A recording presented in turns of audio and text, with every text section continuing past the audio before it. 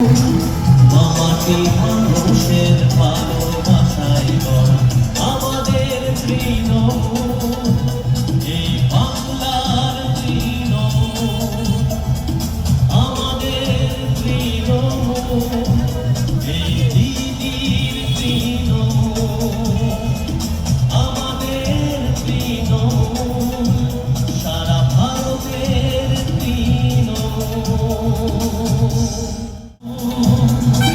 মামাটি মানুষের ভালোবাসায় গড়া আমাদের তৃণমূল, এই বাংলার তৃণমূল।